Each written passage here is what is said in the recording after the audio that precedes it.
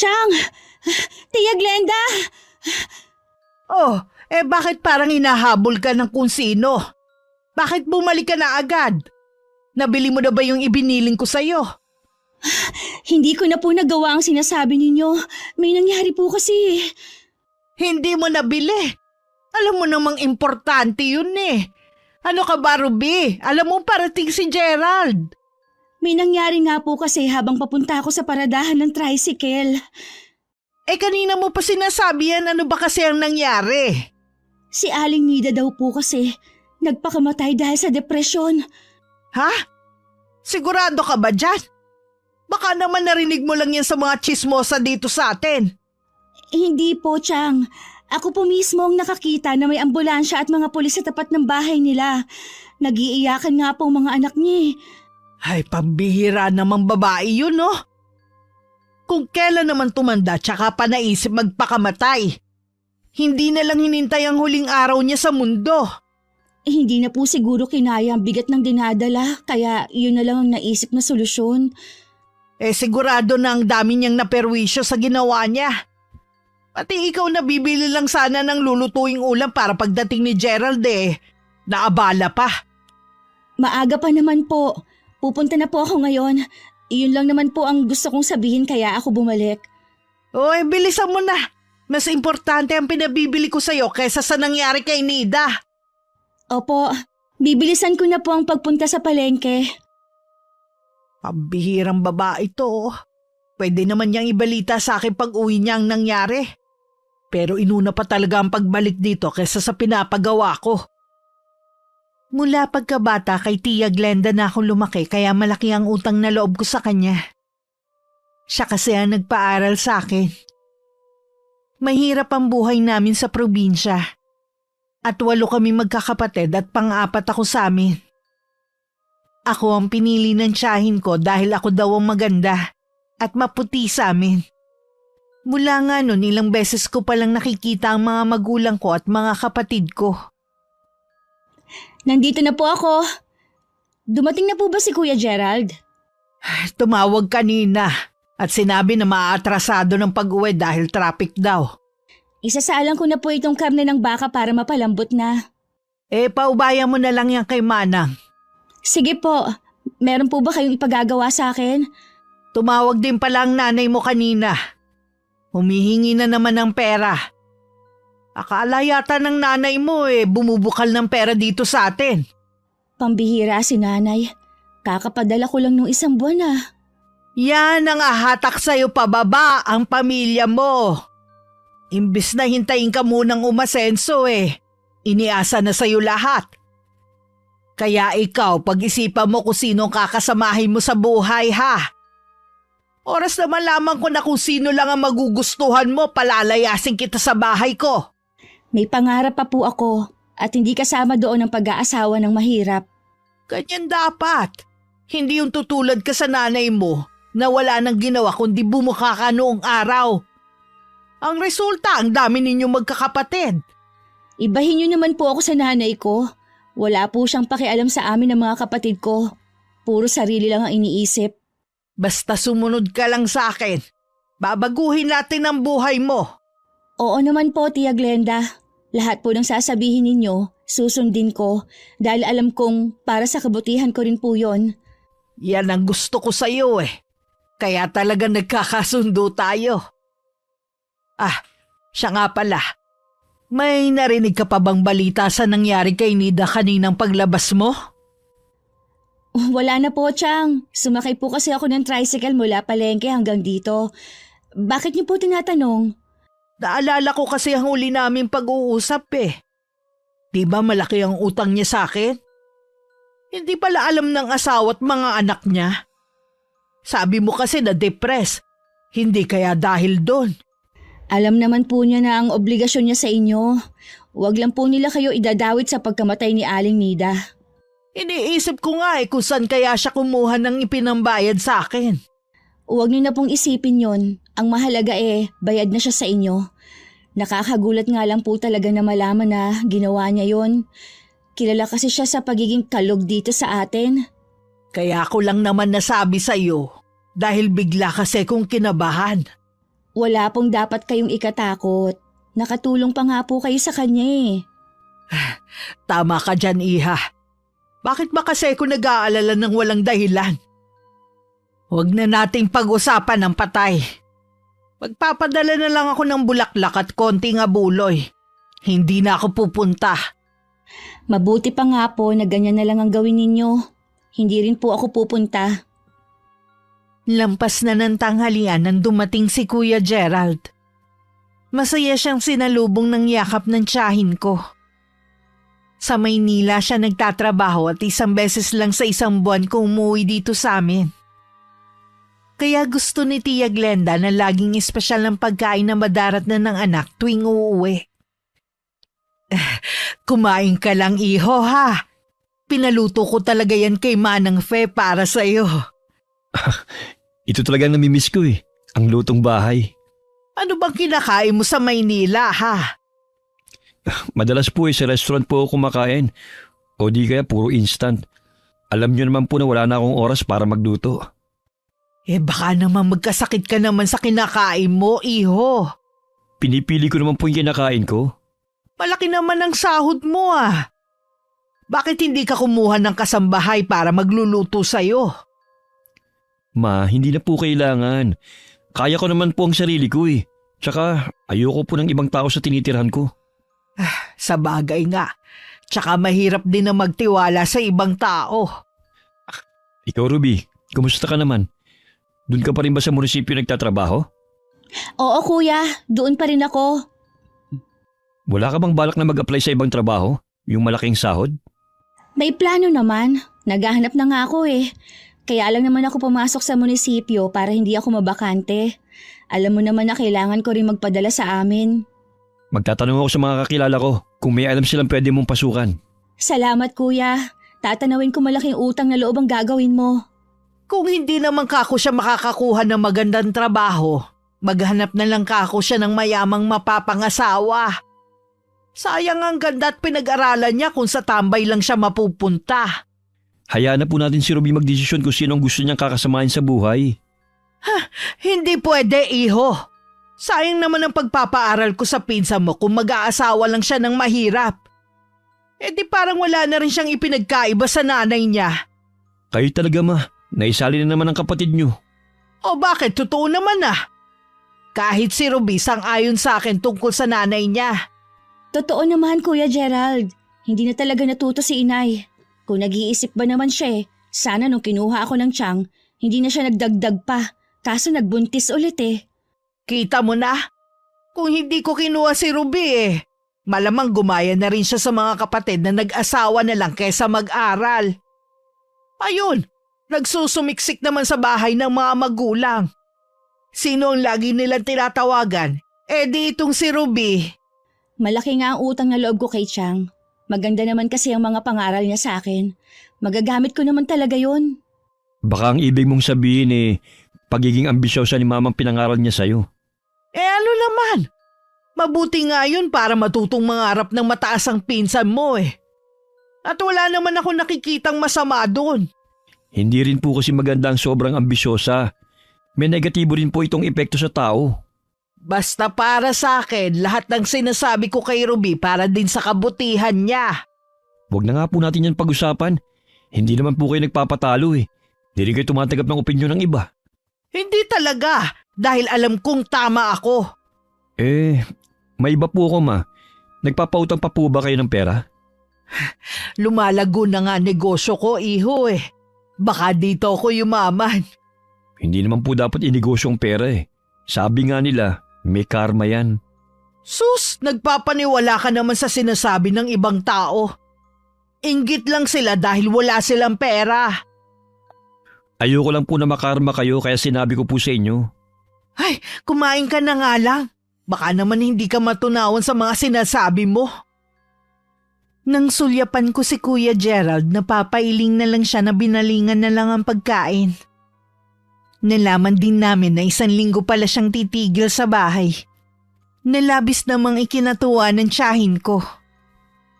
Masaya naman ako na magtatagal dito ang pinsan mo.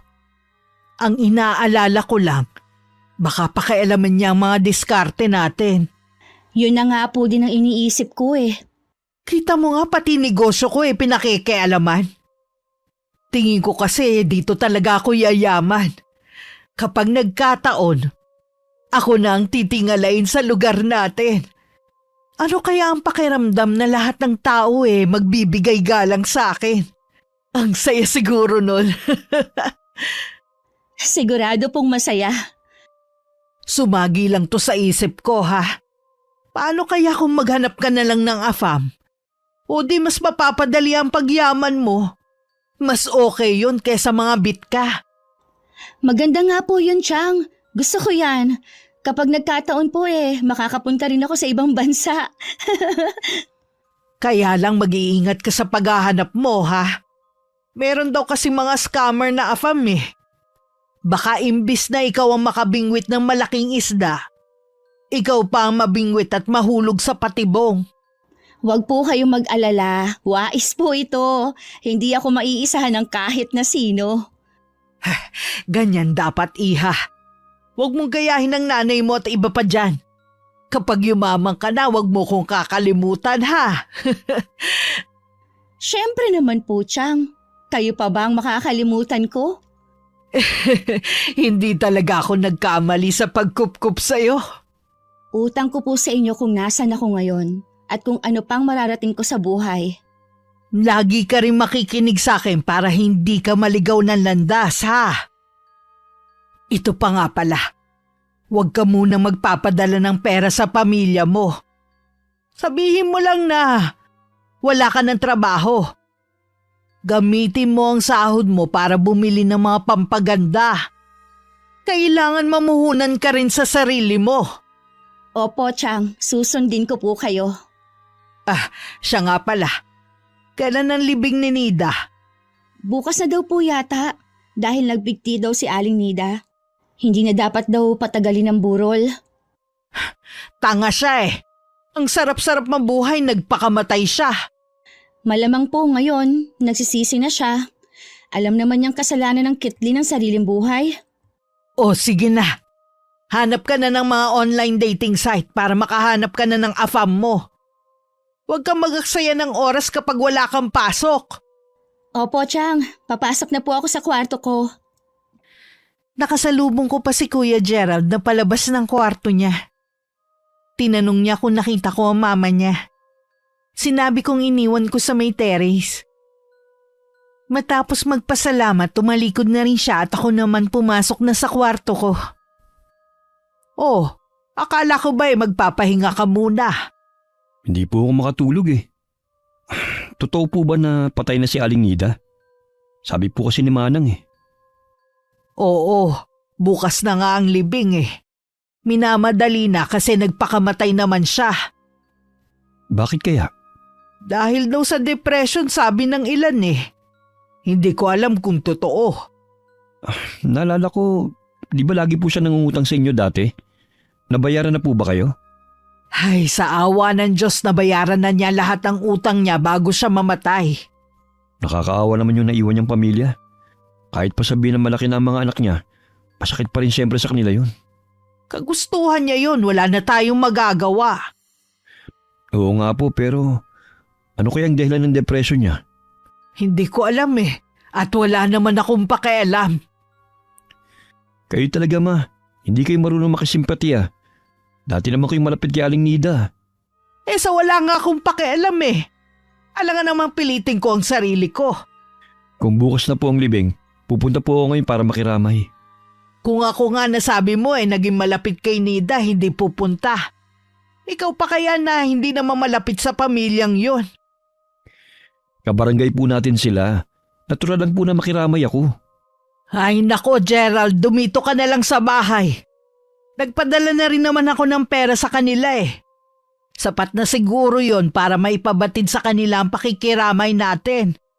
Baka mamaya magkagulo pa doon, madamay ka pa. Ma, hindi na po ako bata para pagbawalan niyo na pumunta ron. Ang tigas naman ng ulo mo, hindi ka masabihan. Huling gabi na po ito gusto ko lang po na magbigay respeto sa pamilyang naiwan. Tsaka, sa isang linggo po babalik na ako sa Maynila. Sige na nga, pero huwag kang magpapaumaga doon ha. Nang dumating si Kuya Gerald sa bahay ni na Aling Nida, kahit maaga pa nun marami ng mga tao. Una niyang nilapitan si Mga Sinto na nasa tabi ng kabaong ng yumaong asawa. Tinanggap naman ito ang pakikiramay ng binata, pero hindi na umimik pa. Nauunawaan naman yun ni Kuya Gerald.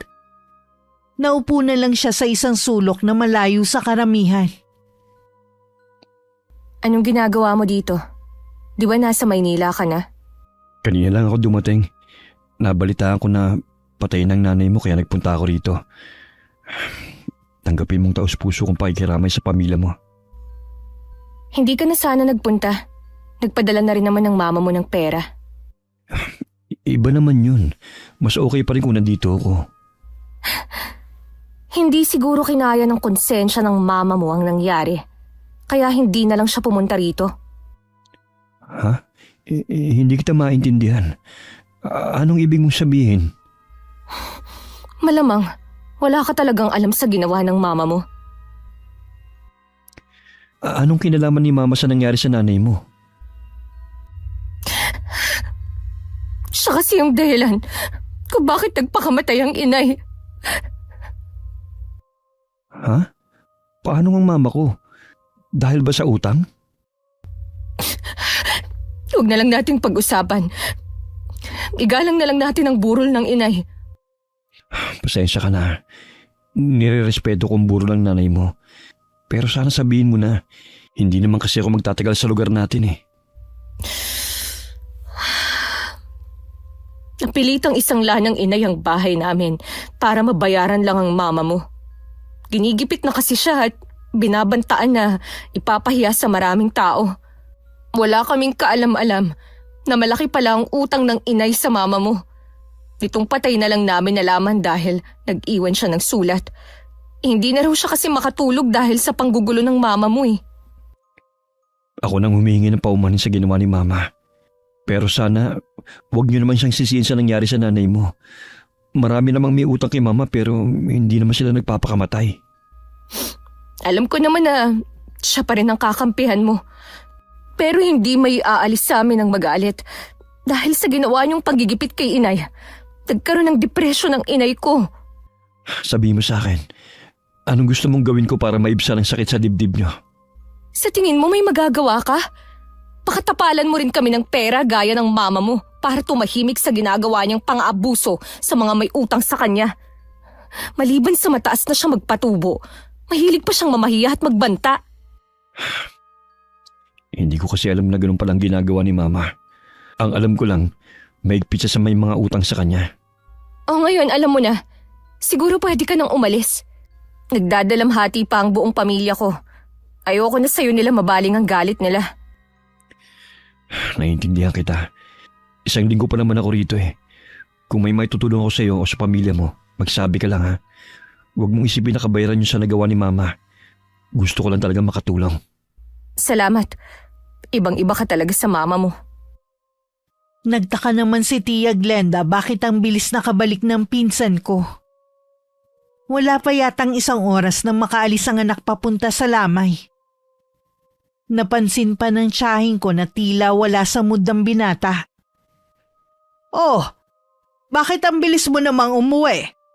Ma, magsabi nga kayo ng totoo.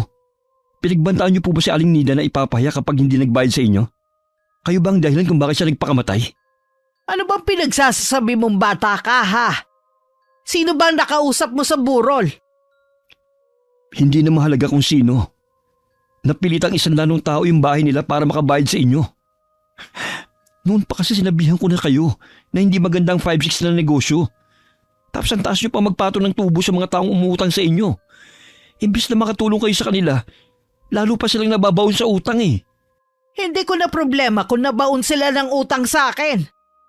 Malinaw naman ang usapan namin ni Nida. Masama bang singilin ko siya sa tamang oras? Kayo raw pong itinuturo ni Aling Nida na dahilan ng depresyon niya. May iniwan siyang sulat sa pamilya niya. Lintik na babaeng yun. Patay na nga, nag-iwan pa ng problema. Umalis na lang ako sa damay para walang gulo. Baka daw kasi ako pa mapag-initan eh. Kung ako palang sinisisi nila, Bakit pa nila tinanggap ang perang abuloy galing sa akin? Mga ingrato naman sila. Nakikiusap po ako sa inyo, Ma. Tigilan nyo na yung negosyo nyo. Marami namang pwedeng i-negosyo eh. Naku Gerald, wag mo akong utusan ha. Ang mabuti mong gawin, mag-focus ka sa trabaho mo para lalo kang umasenso. Akala mo ba natutuwa ako sa sahod mo? Ang gusto ko, mas malaki pa ang sahurin mo. Akala nyo po ba ganun ang kadali ang trabaho ko? At isa pa, masaya naman ako sa ganito eh. Kung hindi po kayo nasisiyan sa sahod ko, ako po kontento na ako. Ano bang klaseng katwiran yan ha, Gerald? Hindi ka pwedeng makontento lang sa kung anong meron ka ngayon. Pati kasi ako gusto nyong isali sa pagiging ambisyosa nyo eh. Bakit hindi? Anak kita. Tingnan mo si Ruby. Laging sinusunod ang mga sinasabi ko. Tapos ikaw na anak ko susuway sa akin? Paano? Tinuruan nyo na maging ambisyosa ang pinsan ko. Tinuruan ko lang siya kung paano mangarap ng mataas. Para din naman sa kanya yun eh. At para din sa inyo. Dahil alam nyo na makikinabang kayo. Sana lang hindi mapahamak si Ruby sa mga pinaplano nyo. Bakit ko naman ipapahamak ang pinsan mo, Aber? Grabe ka talaga mag-isip pa. Nag-aalala lang po ako sa kanya. Baka kasi napipilitan lang siyang sumunod sa inyo dahil sa pagtanaw ng utang na loob.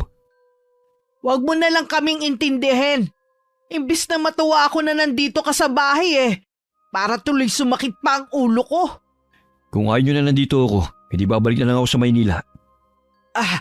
Wala naman akong sinasabi na bumalik ka na ng Maynila Ang sakin lang, habang nandito ka, mag-enjoy ka na lang.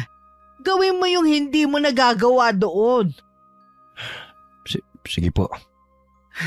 Huwag naman sanang sasama ang loob mo sa akin ha, anak. Alam mo na puro kabutihan nyo lang ni Ruby ang iniisip ko Alam ko naman po yun, Ma. Kung may malasakit kayo sa amin, ganun din ako sa inyo. Huwag nyo rin po sanang mamasamayin ang sinasabi ko. Oh siya, maiwan na kita ha. Naalala ko may gagawin pa pala ako sa kwarto ko Napansin ng tiyahin ko na madalas umaalis ng bahay si Kuya Gerald. Minsan hindi na namin siya nakakasabay sa pagkain. Katulad ng araw na yon. Umaga pa lang nagpaalam ng lalabas lang at mag-iikot-ikot. Alam mo ba kung saan nagpupunta si Gerald? Hindi ko po alam, Chang. Wala naman po kasi siyang nababanggit sa akin Baka kasi mamaya kung sino ang sinasamahan na taga rito Kung meron man po, baka yung dating mga kaeskwela ang pinupuntahan ni Kuya Gerald. Sino kaya sa kanila? Halos lahat kasi ng mga kaskwela niya mga pamilyado na. Wala naman po sigurong masamang mangyayari kay Kuya Gerald dito sa atin. Hindi ko naman iniisip ang bagay na yan. Gusto ko lang malaman kung sino ang kasama niya. Meron ako ipapagawa sa iyo. Ano po yun? Kapag umalis ulit ng bahay ang pinsan mo, sundan mo kung saan siya pupunta ha. Iba talaga ang kutob ko Sige po. Iniisip niyo ba na may kakaibang ginagawa si Kuya Gerald? Oo, mabuti na rin yung alam ko ang ginagawa niya. Sige po, susundan ko siya. Minsan po sa hapon lumalabas din siya. Ay nako, bigla tuloy akong nag-alala imbis na matuwa ako na matagal siya dito sa bahay. Hindi ko rin naman siya nakakasama Mabuti pang bumalik na lang siya sa Maynila. Baka nga po mga dating kaibigan lang ang kasama ni Kuya. Huwag na po kayo mag-alala masyado. Bakit kasi siya makikipagkaibigan sa mga yun? Wala nga mga narating sa buhay. Dapat ang mga kinakaibigan na niya ngayon yung mga matataas ang estado sa buhay. Sigurado kasing aangat din siya kapag yun ang mga kasama niya kaysa yung mga taga rito. Pagbalik naman po ni Kuya Gerald sa Maynila, hindi na po niya makakasama ang mga taga rito. Ay, sa bagay, yun na nga lang ang pakonsuelo ko. Basta, sundan mo pa rin siya ha.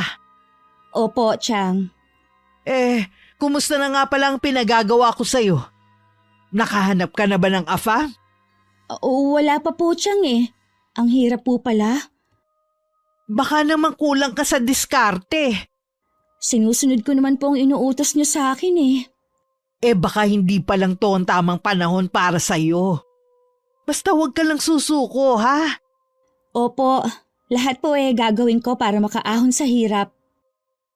Kinabukasan dahil wala naman akong pasok, hinintay ko lang na umalis si Kuya Gerald. At saka ako siya sinundan.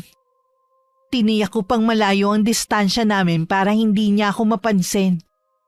Kung titingnan para lang siyang naglilibot. Habang tumatagal, kinukutuban na ako kung saan talaga papunta si Kuya Gerald. Ay, totoo ba itong nakikita ko? Sa bahay na yun pumunta si Kuya Gerald. Magkasama sila ni Rona. Saan sila pupunta? Bakit sila sumakay ng tricycle? Parang may relasyon sila. Kailangan tong malaman ni Tia Glenda. Nang makaalis ang tricycle na sinasakyan ng dalawa at dumaan sa tapat ko, tsaka naman ako nagmadaling umuwi. Nang makarating sa bahay, tila hinihintay talaga ako ni Tia Glenda. Sinabi ko naman lahat na nakita ko. Habang nagsasalita nga ako, unti-unting nalukot ang mukha ng tiyahin ko. Sigurado ka ba sa nakita mo, ha? Opo, Chang. Kitang-kita ko po kung gaano sila kalapit. Parang may relasyon po sila eh. Gaano sila kalapit sa isa't isa? Ipakita mo nga. Ganito po. Sobrang dikit na po ng mga katawan nila na halos hindi na madaanan ng hangin. Ganyan pala sila kalapit ng babaeng yun, ha? Humanda sa akin ng Gerald na yun pag uwi niya mamaya. Ano pong gagawin ninyo, Chang? Ano ba sa palagay mo? Pagagalitan ko siya at paaaminin ko anong relasyon nila ng Rona na yon. Di po ba dati silang magkaklase? Baka po dahil lang doon kaya sila magkasama. Hindi ako tanga, Ruby. Alam ko may namamagitan sa kanilang dalawa. Sa dami pa talaga ng babae eh. Yung Rona pa talaga na yun ang magugustuhan niya. Paano po kapag itinanggi ni Kuya Gerald? Hindi siya pwedeng magsinungaling sa akin. Bakit hindi na lang po ninyo kausapin ng mahinahon pagdating mamaya? Inaalala ko rin po kasi baka dahil sa Rona na yon, magkagalit kayo mag-ina. May punto ka nga, Iha. Naisip ko rin bigla baka gumaganti sa akin ng babaeng yon. Bakit naman gaganti sa inyo si Rona? Dahil sa pagpapakamatay ng nanay niya, ako ang sinisisi nila. Saan ba sila kumuha ng kakapalan ng muka? Sila na nga itong nakinabang sa inyo eh. Ang sisihin nila si Aling Nida, hindi kayo. Ganyan talaga ang utak ng mga mahihirap. Ano bang aasahan mo sa kanila? Lalo na doon kay Rona. Ni hindi nga yata nakapagtapos yun eh. Huwag niyo pong hayaan na magkasira kayo mag-ina ng dahil lang po sa kanya. Hindi talaga. Dahil siya muna ang sisirain ko. Hapon na nung dumating si Kuya Gerald. Halata sa kanya ang saya habang lihim naman na nagingit-ngit ang kalooban ni Tia Glenda. Kasalukuyang kaming nasa sala nang dumating siya. Matapos sumalik at makapagmano, dediretso na sana sa kwarto nang pigilan ng ina. Saan ka nang galing? Bakit hapon ka na umuwi? Namasya lang po ako kasama ng isang kaibigan. Sinong kaibigan? Si Rona ba? Hindi po, Ma. Huwag ka na magkaila. May nakakita sa inyo na magkasamang sumakay sa tricycle. Ano? Magsisinungaling ka pa? Magkasama nga po kami. Wala naman po sigurong masama. Magkaklase kami nung araw. Kahit pa paano naging magkaibigan kami. Layuan mo ang babaeng yon. Ayoko malalaman na pinupuntahan mo siya. Man naman, hindi na ako bata para diktahan yung sa gagawin ko. Ako pa rin ang nanay mo kaya tama lang na sumunod ka sa akin. Wala akong pakialam kung matanda ka na. Ano po bang problema nyo, ha? Mabait naman si Rona at walang ginagawang masama sa inyo. Anong wala? Hindi ba ako ang sinisisi nila sa pagpapakamatay ng nanay niya? Piniliwanagan ko na po si Rona. Bahala na po siya magpaliwanag sa tatay at mga kapatid niya. Parang ako patuloy ang may utang na loob sa babaeng yun ah. Hindi naman po sa ganun. Huwag na po kayo magalit, Ma. Kung ayaw mo akong tuluyang magalit, layuan mo ang babaeng yun. Aalis na rin naman po ako bukas eh. Huli na po yung pagkikita namin kanina. Mabuti naman kung ganon.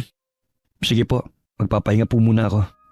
Magkita na lang tayo mamaya sa hapunan. Baka naman po walang mali siya ang pamamasyal nila kanina. Sana nga, Iha. Dahil ayoko masayang ang pagpapaaral ko sa kanya. Kung sa taga rito lang din naman pala siya papatol.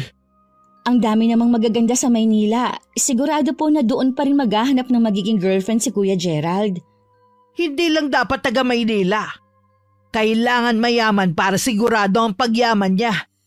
Eh di pati tayo madadamay sa pagyaman ng anak ko. Oo nga po, Chang. Kaya ikaw dapat bilis-bilisan mo na ang paghahanap ng mayaman.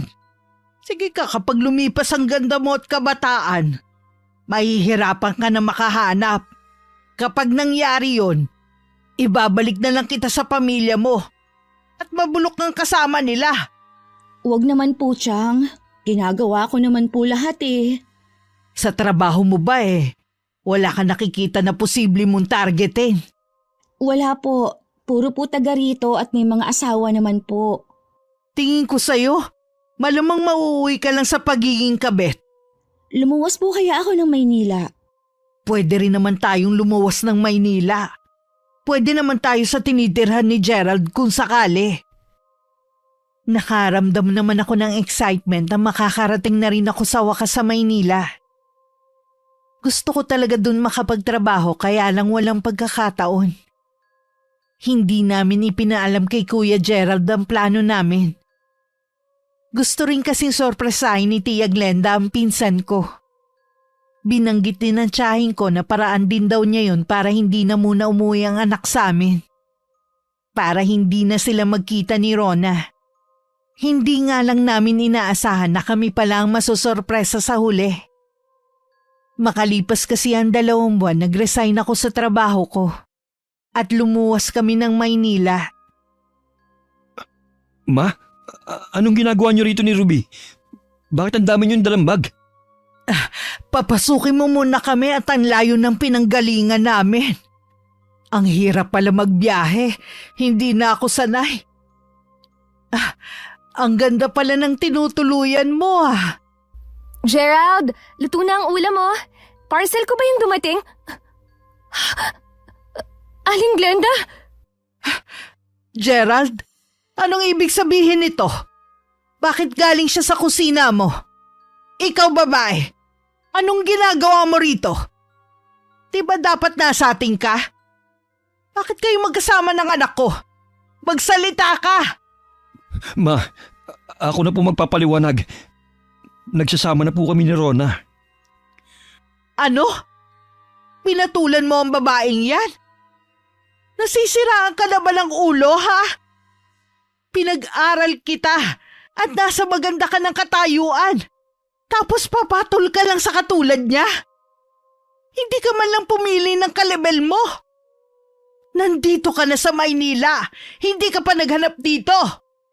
Ma naman, huwag niyo naman insultuin si Rona. Siyang mahal ko. Ikaw babae ka. Ginayuma mo ba ang anak ko, ha? Sumagot ka! Huwag kang parang tuod dyan! Hindi po totoo ang ibinibintang nyo. Nagmamahalan po kami ni Gerald. Sinungaling! Nakita mo na magiging maganda ang buhay mo sa piling ng anak ko kaya ginayuma mo siya. O di kaya inakit mo siya. Walang iya ka talaga! Huwag ma! Baka kung mapano si Rona. Nagdadalang tao po siya. Ano ka mo? Buntis ang babaeng yan! Lintik naman, Gerald! Nasa na bang utak mo? Pinuntis mo pa talaga! Hayaan niyo na lang po kaming bumuo ng sariling pamilya. Kung talagang mahal niyo ako, hahayaan niyo na kami. Gerald naman! Bakit sinayang mo lahat ng sakripisyo ko sa'yo? Bakit? Patawarin niyo po ako kung lagi ko kayong sinusuway. Gusto ko lang naman po magdesisyon para sa sarili ko. Pwede mo naman suportahan ng bata . Hindi niyo kailangan magsama ng babaeng yan. Sisirain lang niya ang karir mo, ang buhay mo. Huwag naman naman po kayong magsalita ng ganyan. May damdamin din po ko at nasasaktan din ako sa mga sinasabi niyo. Kung nasasaktan ka sa mga sinasabi ko, iwan mo ng anak ko! Hindi ko po magagawa ang sinasabi niyo. Ayoko pong lumaki ang anak ko na hindi buo ang pamilya namin. Magkano bang kailangan mo para layuan mo ang anak ko, ha? Sabihin mo kung magkano! Wala pong katumbas na halaga ang pagmamahal ko sa anak niyo. Matigilan niyo na po si Rona. Kung hindi niyo siya matatanggap, magpapakalayo-layo na lang kami. Talaga bang ipinagpalit mo na ako sa babaeng yan, ha? Iba po ang pagmamahal ko sa inyo, Ma. At iba rin po yung kay Rona. Sana hindi mo pagsisihan balang araw ang desisyon mong to. Nagdesisyon pa rin si Tia Glenda na manatili kami sa tinutuluyan ni Kuya Gerald kesa umuwi sa probinsya. May trabaho din naman si Rona, kaya maghapon wala sa bahay. Ako naman piniling abalahin ng sarili sa paghahanap ng pwedeng makadate. Minsan na ako lang ang naiwan sa bahay maagang dumating si Rona. Maaga ka yatang umuwi ngayon. Bigla kasing sumama ang pakiramdam ko eh. Nagpaalam ako sa amo ko na kung pwede akong umuwi. Pinayagan naman niya ako. Mabuti mabait ang amo mo. Mabait talaga yun si Mrs. Jackson. Malaki nga ang pasasalamat ko at sa kanya ako nakapasok. Eh ikaw, nakahanap ka na ba ng a-applyan na trabaho? Hindi naman trabahong ipinunta ko dito. Balak mo lang bang magbakasyon? Hindi rin. Kaya ako nandito para hanapin ang maganda kong kapalaran. May nabanggit sa akin si Gerald. Alam mo, payo ko lang sa'yo to ah. Mahirap maghanap ng mayaman na seryoso sa katulad mo dito sa lugar na to. Kung may makilala ka man, posibleng pamilyado na at balak ka lang ibahay. Ayos lang naman basta mahango niya ako sa kahirapan ng buhay. Kung iisipin naman, hindi ka naman naghihikaw sa buhay eh. Kailangan mo lang magsikap kung meron kang nais abutin. Kailan pa yon? Sa bagal ang pag-asenso natin dito sa Pilipinas, baka puti na ang buhok ko, hindi ko pa nararanasang humiga sa pera. Hindi rin maganda ang pagiging ambisyosa, Ruby. Huwag mo sanang abutin ng imposibleng bagay. Naiinggit ka ba sa akin, ha? Bakit naman ako maiinggit sa'yo? Eh kahit kailan, hindi pumasok sa isip ko yung mga plano mo. Kontento ako sa buhay na meron ako. Tinuruan ako ng mga magulang namin na makontento sa kung anong meron. Ang sabihin mo, wala ka lang pagkakataon dahil alam mong wala kang mararating. Kaya nga nagpabuntis ka na lang kay Kuya Gerald para may kapit ka. Wala kang karapatan na sabihin yan dahil wala ka namang alam sa amin. Anong wala? Marami akong alam sa inyo. Kung ako sa'yo, kumapit ka ng parang tuko. Dahil baka dumating ang araw, mamalayan mo na lang, wala na siya sa tabi mo. Kung meron man kayong pinaplano ng mama niya, hindi kayo magtatagumpay. Ilalaban ko si Gerald hanggang dulo. Sa pelikula lang yan nangyayari. Sa totoong buhay, madalas talo ang bida-bida na katulad mo. Hindi ka naman pala nandito para maghanap ng trabaho. Bakit hindi ka na lang bumalik sa probinsya natin? Pinapaalis mo na ba ako sa bahay na ito, ha? Ambisyosa ka rin para umasta na asawa, hindi pa nga kayo kasalang pinsan ko. Wala kang karapatan, no? Sinasabi ko lang to para magkaroon ng katahimikan ng bahay na to. Alam ko naman na pare-pareho tayong naiilang sa isa't isa. Baka ikaw lang yon. Kung naiilang ka sa amin ni Tia Glenda, di ikaw ang umalis at bumalik ka sa probinsya natin. Magkakaanak na kami ng pinsan mo. Mahirap bang intindihin yun?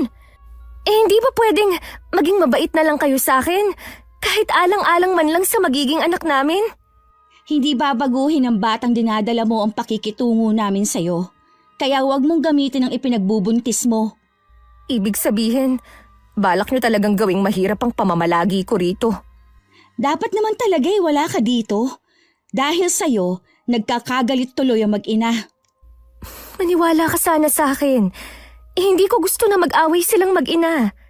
Umpisa pa lang naman ayaw na sa'yo ni Tia Glenda Di sana umiwas ka na. Hindi yung nagpabuntis ka pa talaga. Maiiwan na kita. Medyo sumasama na naman kasi ang pakiramdam ko eh. Akala naman niya maaawa ako sa kanya. Che! Nang dumating si Tia Glenda, sinabi ko naman sa kanya ang pag-uusap namin ni Rona. Umusok na naman ang ilong niya sa galit. Sinugod niya ang babae sa kwarto na nadatnan niyang nakahiga. Hoy! Bumangon ka nga dyan! Ang kapal naman ng mukha mo para paalisin dito si Ruby. Ikaw dapat ang umalis dito. Hindi naman po yun ang ibig kong sabihin. Pinalalabas mo pang sinungaling ang pamangking ko? Hoy ikaw, itanim mo dyan sa kukote mo. Ikaw ang walang karapatan sa bahay na to. Ikaw ang nakikitira at hindi kami. Alam ko naman po ang katayuan ko sa bahay na to. Hindi ko naman po inaangkin to. Dapat lang dahil sampid ka lang dito. Huwag mong laging idahilan niyang ipinagbubuntis mo dahil kahit kailan, hindi lalambot ang puso ko sa anak mo. Gayon po ba kayo kalupit? Kahit sa magiging apo niyo? Hindi ko apo ang batang yan, no? Hindi ko matatanggap yan na anak ni Gerald. Sana pinaangkin mo na lang sa iba. Ano nangyayari dito? Bakit kayo nandito sa kwarto namin?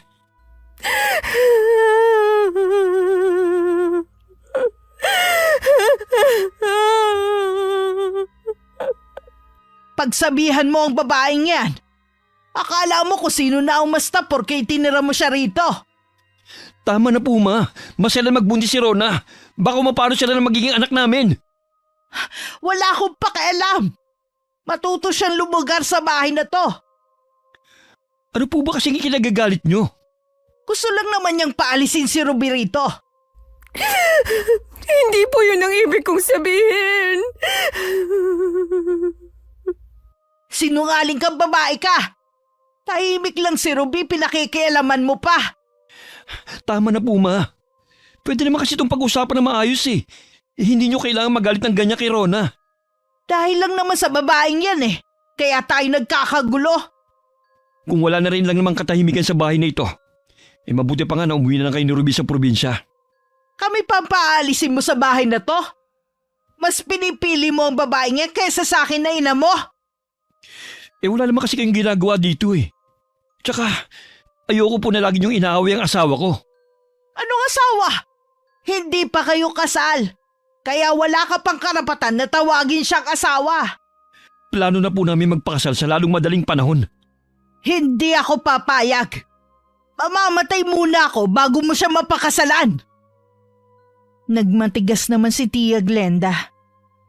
Kahit anong pakiusap ng pinsan ko na umuwi na kami, hindi talaga siya nagpatinag.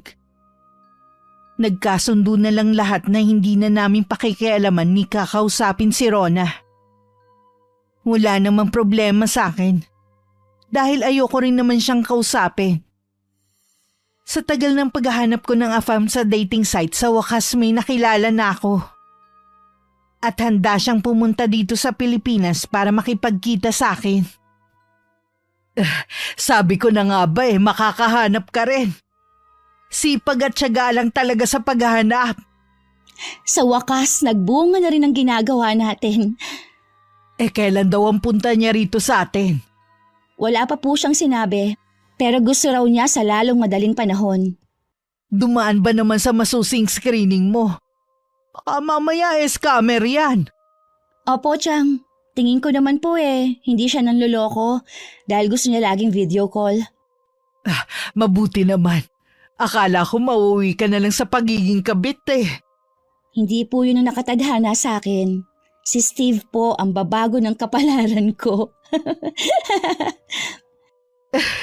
Tama ka, Iha. Ruby, halata ba sa itsura ko na matanda na ako? Hindi pa naman po. Mukha pa po kayong bata sa totoo niyong edad. Bakit niya po naitanong? Baka naman pwede mong kausapin si Steve. Baka meron siya kaibigan na pwede niyang ipakilala sa akin. Sige po, Chang. Isisingit ko po sa pag-uusap namin. Salamat, Ruby. Kapag nagkataon pareho na tayo makakarating sa ibang bansa. Oo nga po, iiwan na natin ang kahirapan dito. Kailangan ko pala magpaganda rin. Maganda na naman po kayo, Chang. Lalo na nung kabataan ko, no? Kaya nga gwapo ang pinsan mo eh. Sa akin siya nagmana ng itsura. Hindi nga lang marunong pumili ng kakasamahin. Sayang nga po eh, may kapatid pa naman si Steve. Yun daw po ang pabalik-balik na dito sa atin. Pwede sana yun ireto kay Kuya Gerald eh. Nakita mo na ba? Opo, matanda lang po kay Kuya ng 2 taon. Baka magkagustuhan sila ni Gerald kapag nagkita. Tingin ko nga po eh, bagay sila. Nasa sala kami ng tiyahin ko. Huli na nang mapansin namin na nasa kusina lang pala si Rona. Batid namin na narinig niya lahat ng pinag-uusapan namin ni Tia Glenda. Nagkibit balikat lang ang tiyahin ko. Parang baliwala lang sa kanya. Bakit ba kailangang maghanap ng mayamang mapapangasawa ni Ruby? Kung pwede naman siyang magsumika para yumaman. Aba, may tinapos naman siya. Pwedeng mabagal sa umpisa, pero kung matyaga siya, tsak naman ang kanyang pag-asenso. Mahirap kasi ang buhay nila sa probinsya ng tatay niya eh. Siguro yun lang ang nakikita niyang paraan para umangat sa buhay at matulungan ng pamilya niya. Hindi ba niya naiisip na bihira ang nagtatagumpay sa ganyang gawain? Paano kung paasahin lang siya? Si mama kasi nag-iimpluwensya sa pinsan ko eh. Pareho nga silang mga ambisyosa. Gustong abutin ang imposible. Sana naman, ang mahanap ni Ruby na afam seseryosohin talaga siya. Matagal na rin pala siyang naghahanap eh. Nasa probinsya pa tayo, ginagawa niya na yun. Kasabot nga niya si mama. Ang ayoko lang kapag naririnig ko si mama na sinasabihan si Ruby na kahit may asawa basta may pera. May sarili namang isip si Ruby. Nasa kanya na yun kung susundin ba niya o gusto pa rin niyang mamuhay ng may dignidad. May sasabihin nga pala ako sa'yo. Ano yun? Kung halimbawa bang umuwi tayo ng probinsya, ayos lang sa'yo. Oo naman. Kaya lang, saan naman tayo titira? Alam mo naman na tutol din sa relasyon natin ng itay. Hindi tayo pwedeng sa bahay namin kahit mag-isa na lang doon ang itay ko. Eh di sa bahay namin, malaki naman yun eh. Tsaka sa papa ko yun. At ako lang ang magmamana sa bahay na yun. Buti sana kung payagan tayo ng mama mo. Wala naman siyang magagawa eh. Bago mamatay ang papa ko nun, sa akin na nakapangalan ng bahay doon. Teka lang muna, bakit mo sinasabi yan eh? May trabaho ka rito. Wala na kasi akong trabaho, Rona eh. Ha? Bakit naman? Lagi kasi kaming nagkakainitan ng katrabaho ko dahil sa ugali niya. Kanina nagtalo na naman kami. Nasunto ko na siya. Kahit sino siguro ang nasa katayuan mo, hindi na rin makakapagtimpi. Ilang taon na kasi ako nagtitiis sa ginagawa niya sa akin eh. Kanina, nagdilim na talaga yung paningin ko. Sorry ha. Bakit ka naman nagsusorry sa akin? Imbis na magtiis na lang kasi ako dahil buntis ka't kailangan natin ng pera. Hindi ko pa nagawa. Ano ka ba? Makakaraos din tayo. Tsaka malaki na rin ang ipon mo. E di yun muna ang gastusin natin habang wala kang trabaho. Para sana yun sa kasal natin eh. Tsaka na lang natin planuhin ang pagpapakasal. Unahin muna natin ang mas mahalaga. O sige, ikaw na lang naman kasi ang inaalala ko eh. Ayokong isipin mo na agrabyado ko sa relasyon natin. Wala akong iniisip na ganun. Alam ko naman na lahat gagawin mo para sa akin. Salamat sa pangunawa. Kailangan ko lang sabihin kay mama na wala na akong trabaho. Maiintindihan ka naman niya siguro dahil anak ka niya. Sana nga lang hindi mauwi sa pagtatalo na naman ang pag-uusap namin. Kinabukasan si Rona lang ang pumasok sa trabaho. Nagtaka naman kami ni Tia Glenda. Bakit naiwan lang si Kuya Gerald? Wala ka bang pasok ngayon? Ma, meron po sana akong gustong sabihin. Ano yung sasabihin mo? Wala na po kasi akong trabaho eh. Kailangan na po nating umuwi sa atin. Ha? Ano ba nangyari? Bakit ka nawalan ng trabaho? Nasundo ko po yung katrabaho ko. Pareho po kami natanggal. Ano ba naman yan, anak? Ang ganda na ng trabaho mo at medyo may kalakihan ng sahod. Bakit mo naman kasi ginawa yun? Hindi na po kasi ako nakapagtimpi. Hindi ba pwede na mag-apply ka na ngayon? Mag-a-apply naman po ako. Habang naghihintay ako ng tawag, sa probinsya na lang po muna tayo. Sa tingin ko ang nagdala ng kamalasan sa buhay mo si Rona. Huwag niyo naman po tawaging malas ang asawa ko.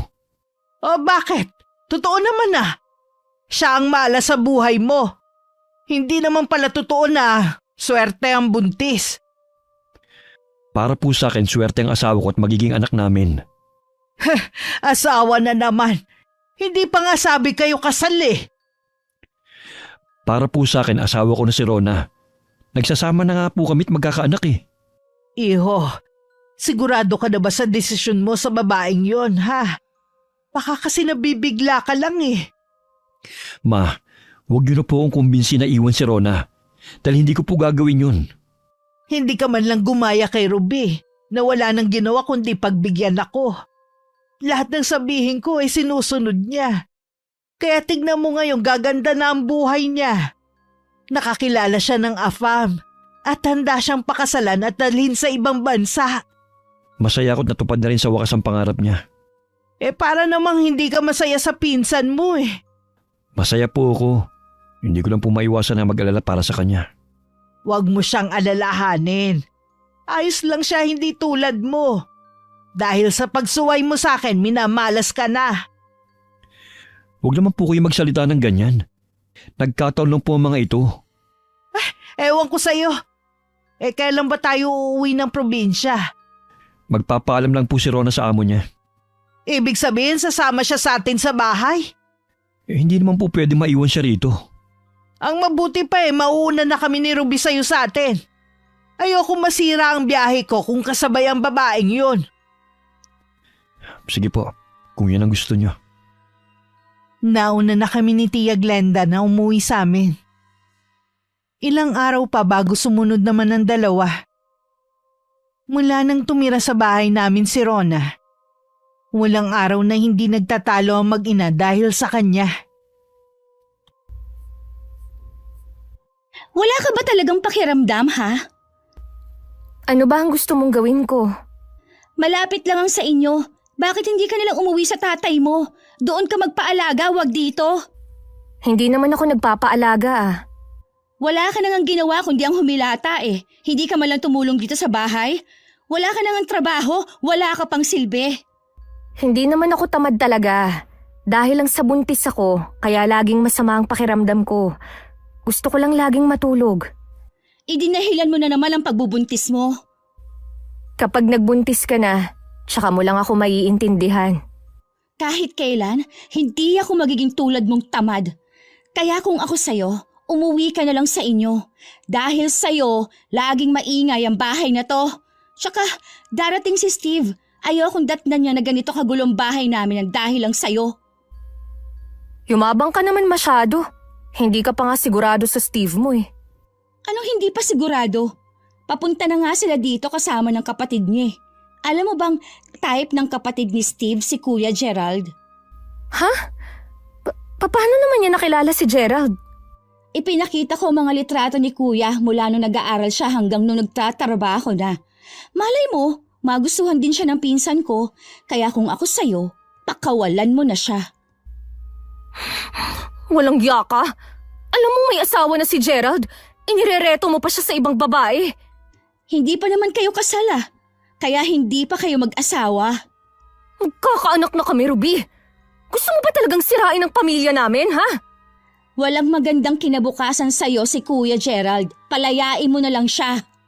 Kanino gaganda ang buhay ni Gerald? Sa babaeng yun? Huwag niyo nang idamay ang asawa ko sa pagiging ambisyosa niyong magtsahin! Wala nang trabaho ang pinsan ko. Wala ka na mapapala sa kanya kaya mabuti pa, iwan mo na siya. Hindi ko siya iiwan kahit anong mangyari. Kilala ko si Gerald. Hindi siya sasang-ayon sa inyo. Ikaw ang bahala. Pero asahan mo lang na hindi magiging madali ang buhay mo dito sa bahay namin. Maliban pa sa laging nagagalit ang tiyahin ko kay Rona, madalas din siyang pahirapan ni Tia Glenda tuwing wala si Kuya Gerald. Sa lahat ng pagpapahirap sa kanya na natiling tikom ang bibig niya, hindi siya nagsusumbong sa pinsan ko. Hanggang isang araw dinugo siya at dinala sa ospital.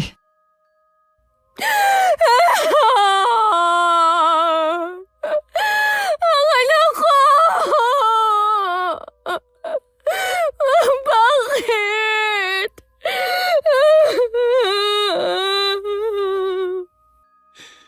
Tahan na. Wala na tayong magagawa. Hanggang doon na lang talaga siya. Hindi sana mawawala ang anak natin. Kung hindi dahil sa mama mo at pinsan mo.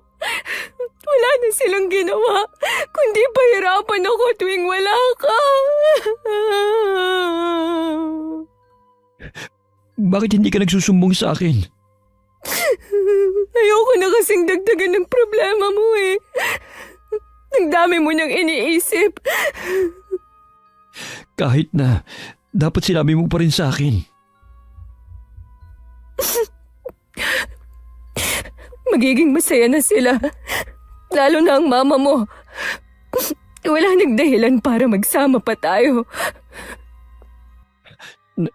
Nakikipaghiwalay ka na ba sa akin? Uuwi na ako sa tatay ko. Gusto ko nalang kalimutan ang lahat. Kahit mahirap tanggapin ang pagkawala ng anak natin. Akala ko ba mahal mo ko? Mahal kita. At hindi na yun mawawala. Pero sa ngayon, mas nangingibabaw ang galit sa puso ko. Ayoko munang makasama ka. Kahit masakit, igagalang kong kagustuhan mo. Pero hindi ako mawawalan ng pag-asa na magkakaayos pa tayo. Nang pwede nang ilabas sa ospital si Rona, doon na siya nagpahatid sa bahay nila. Hindi naman maitago ng tiyahin ko ang saya. Dahil sa wakas nawala na sa buhay ng anak ang babae. Imbis na magluksa kayo sa pagkawala ng apo niyo, natutuwa pa kayo? Masakit sa akin ang pagkawala ng apo ko, syempre. Ang ikinatutuwa ko lang, wala na ang babaeng yun sa buhay mo. Dapat kasi nun pa siya nakipaghiwalay sa'yo. Sana hindi nangyari to. Kayo ni Ruby ang dahilan kung bakit nawala ang anak ko. Akala niyo ba hindi ko alam na pinahihirapan niyo yung tao kapag wala ko? Di ko alam ang sinasabi mo, ah. Sinisiraan lang kami ng babaeng yon. At wag mo akong mataasan ng boses. Wala kang galang. Dahil lang sa babaeng yun nagiging bastos ka na. Kung inaakala niyo na dahil wala na si Rona, mapapasunod niyo na ako. Nagkakamali kayo. Kalimutan mo na si Rona. Meron irereto sa'yo si Steve. Sigurado na magugustuhan mo siya. Mas mapapabuti ang buhay mo sa kanya kaysa sa babaeng yon. Kasasabi ko lang, hindi ako susunod sa inyo. Si Rona lang ang babaeng gusto kong makasama habang buhay. Ano ba nagustuhan mo sa babaeng yon, ha? Hindi naman siya maganda. Walang maipagmamalaki sa buhay. Itong sinasabi ko sa yung babae, wala pa sa kalingkingan niya si Rona. Wala akong pakialam. Huwag niyo akong isama sa mga kalokohan niyo. Ikaw na nga tong gusto namin mapabuti ang buhay eh. Ikaw pa tong nagagalit sa amin. Ibang klase ka rin, no? Mula ngayon, ayoko nang pinakikialaman niyo ang buhay ko. Ay, Gerald! Gerald! Bumalik ka dito! Hindi pa tayo tapos mag-usap! Pakakalimutan mo rin ang babaeng yun. Sisiguruhin ko yun. Mula nang hiwalayan ni Rona ang pinsan ko, puro alak na lang ang inaatupag ni Kuya Gerald. Kahit anong pakiusap namin sa kanya, hindi siya nakikinig. Hanggang dumating na nga si Steve, kasama ang kapatid niyang si Sonia. Naging maayos naman ang pananatili ni Steve sa amin. Marami na kaming plano tungkol sa amin bago matapos ang bakasyon nila. Kalat na rito sa lugar natin ang tungkol sa pagbisita ng dalawang kanuna yon sa bahay ni na Gerald. Nakita ko nga po sa malayo. Maganda po talaga yung babae na gusto nilang ireto kay Gerald. Nagmukha akong basahan. Alam ko na nasasaktan ka pa rin dahil sa mga nangyari. Kahit ako, matinding galit ang nararamdaman ko dahil sa ginawa nila sa'yo. Pinalampas ko nangyari sa nanay mo. Pero bakit nagawa pa nilang alipustahin ka? Wala ba talaga silang mga puso? Ganun po yata kapag sobrang taas ng tingin sa sarili. Nakakalimutan ng tumapak sa lupa. Dahil sa pagiging ambisyosa nila magtiyahin, marami na silang naaapakan na kapwa nila. Ang dapat sa kanila, turuan ng leksyon. Ipinapaubaya ko na po sa may kapal ang mga ginawa nila sa akin. Hindi naman po natutulog ang Diyos. Sige po, Tay. Papasok na ako sa loob ng bahay. May gagawin pa po kasi ako eh.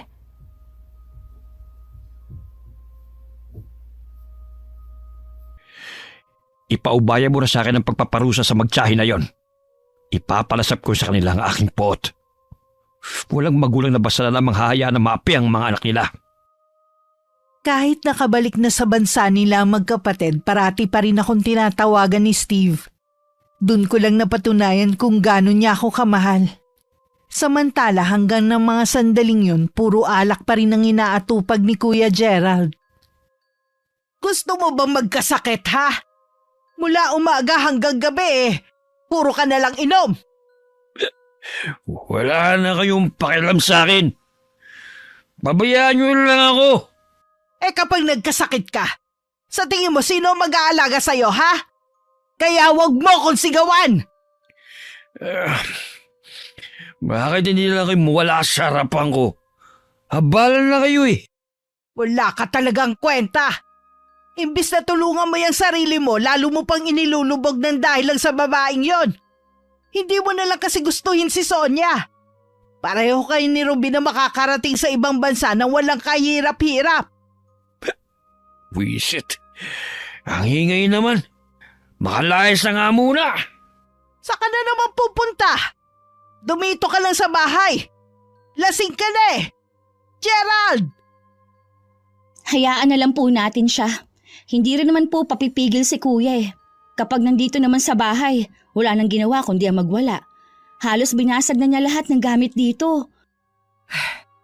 Hindi ko na alam ang gagawin ko sa pinsan mo. Ang dami niyang sinayang na oportunidad ng dahil sa babaeng yun.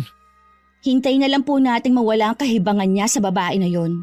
Balang araw, magigising din po siya sa katotohanan na hindi sila bagay ni Rona. Sana nga iha.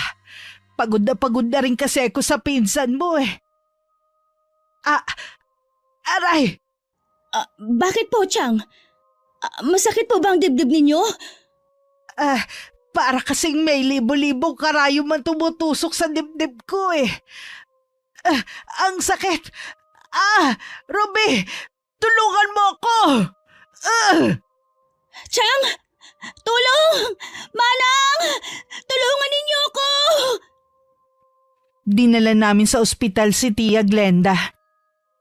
Pero pagkaraan ng ilang oras, pinauwi din kami. Wala naman daw nakitang sakit ang doktor sa kanya. Ayos na po ang pakiramdam nyo?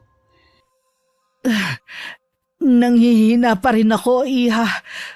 Parang may nakadagan din sa dibdib ko. Bakit kaya walang makitang sakit sa inyong doktor? Mga bobo ang mga doktor sa ospital na yon. Puro pera ang gusto nila. Hindi mo na ayusin ang serbisyo nila. Sana pala, sa iba na lang tayo pumunta. May iisip pa ba natin yun kanina eh? Yun ang pinakamalapit na ospital. Para ko maduduwal. Tulungan mo nga akong pumunta ng banyo. Inalalayan ko si Tia Glenda papuntang banyo. Pero bago pa kami makalapit, sumuka na siya. At pareho pa kaming nagulat sa nakita. Chang, ano yung gumagalaw na yan? Tama po ba ang nakikita ko? Mga bulate? Paano nangyari yun? Hindi ko alam. Pakiramdam ko nga ang daming gumagalaw sa tiyan ko eh.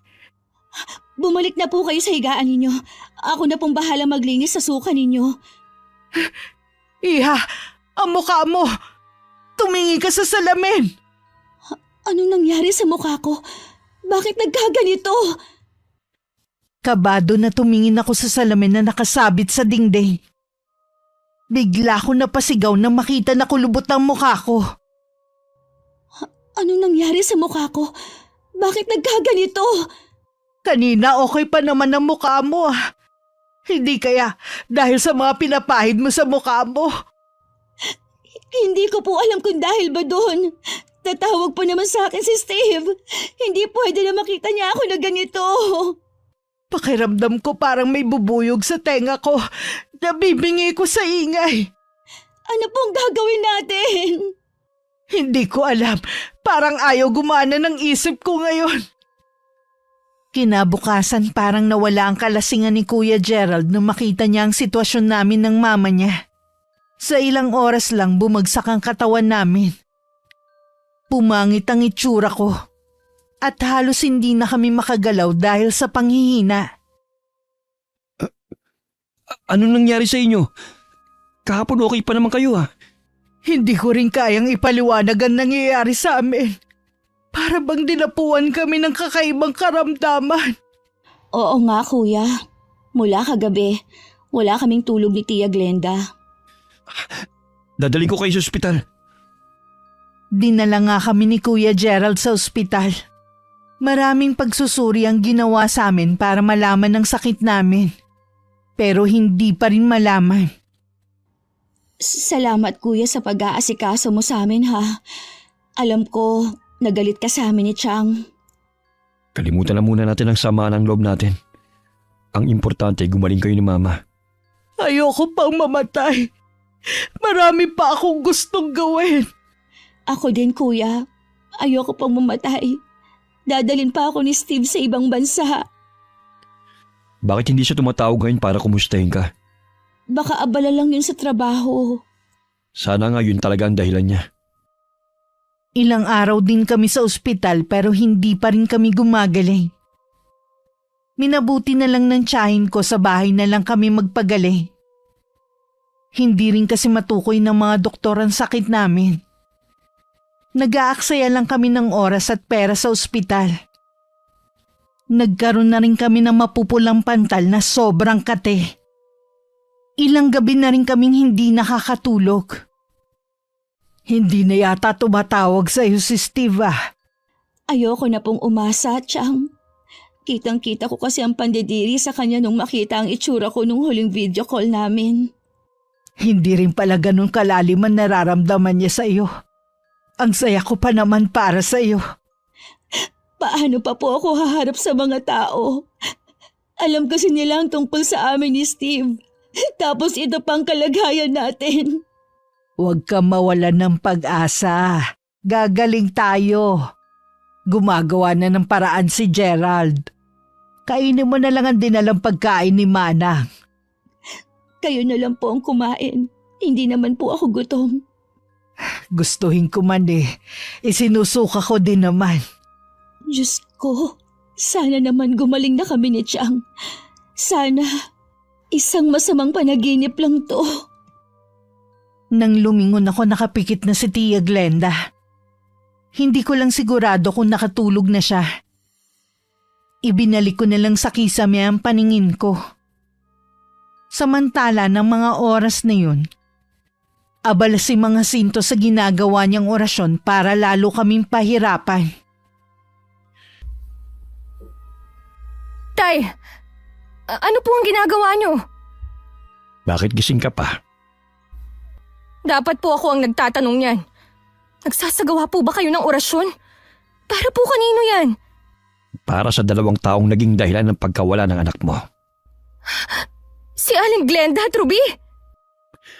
Unti-unti ko silang parurusahan para hindi na nila ulitin ang mga ginagawa nila. Tay, masama po ang ginagawa niyo. Tigilan niyo na po yan. Kung masama pala, bakit kailangan kanilang pahirapan? Alam naman nila na buntis ka.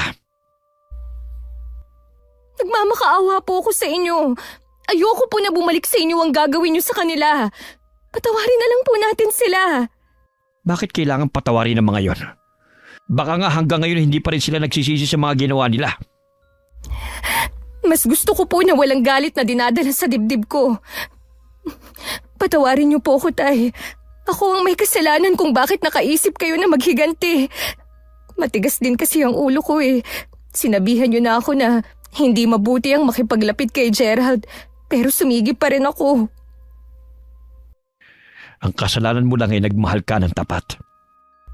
Mahal din po ako ni Gerald.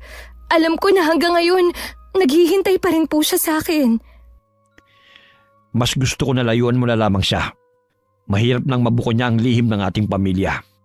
Kilala ko po si Gerald. Hindi niya po tayo huhusgahan dahil lang sa lihim ng pamilya natin.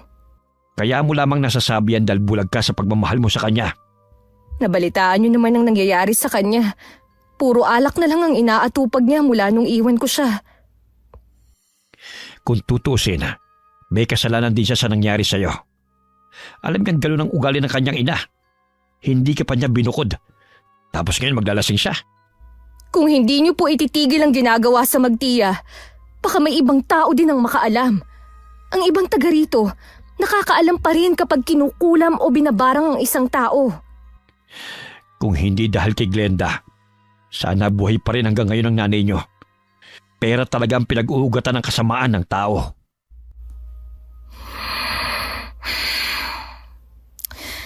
Alam ko po na hanggang ngayon, nagluluksa pa rin kayo sa pagkamatay ni Inay. Pero kailangan na po nating tanggapin na wala na siya. Hindi po tayo makakausad kung lagi tayong nagpapatali sa nakaraan. Kahit po may ambag si Aling Glenda para magkaroon ng depresyon ang Inay, desisyon pa rin ng Inay na kitlin na lang ang buhay niya dahil nahihiya siya sa atin. Kung paano niya haharapin ang mga tanong natin. Mabuti ka pa. Malawak ang pangunawa. Samantalang ako nabulag na ng galit. Pasensya ka na, anak. Ayokong maging hadlang sa kaligayahan niyo ng mga anak ko.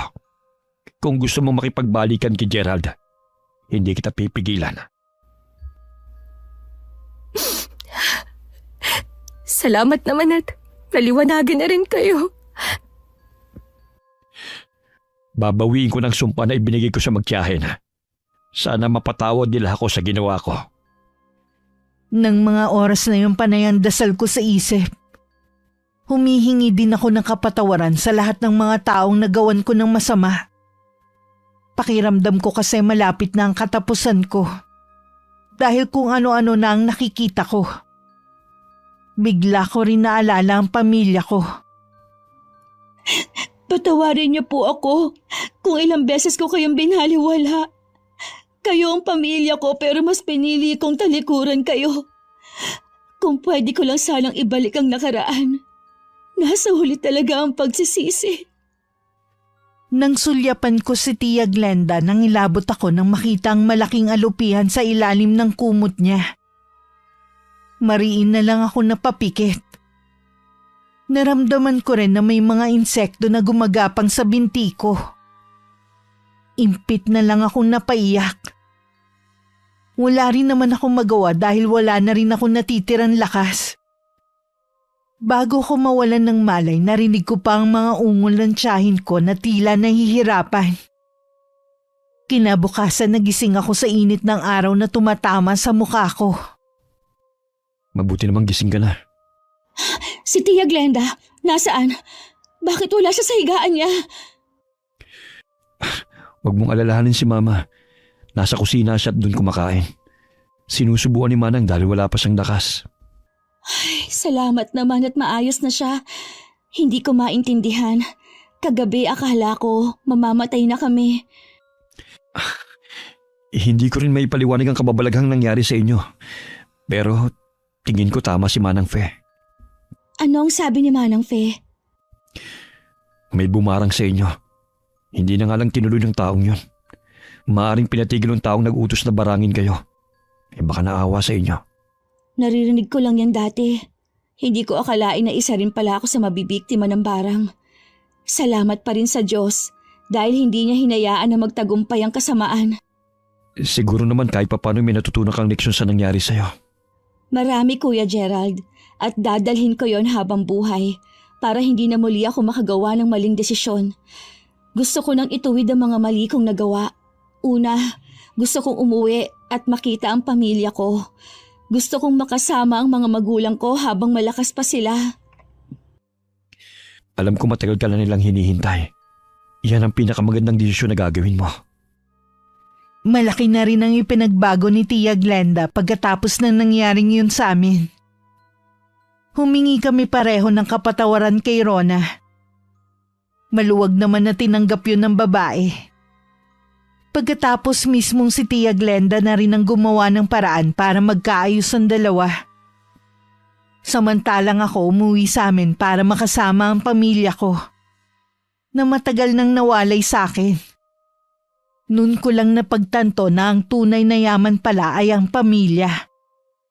Hindi ang pera o material na bagay. Wakas. Chang! Tia Glenda!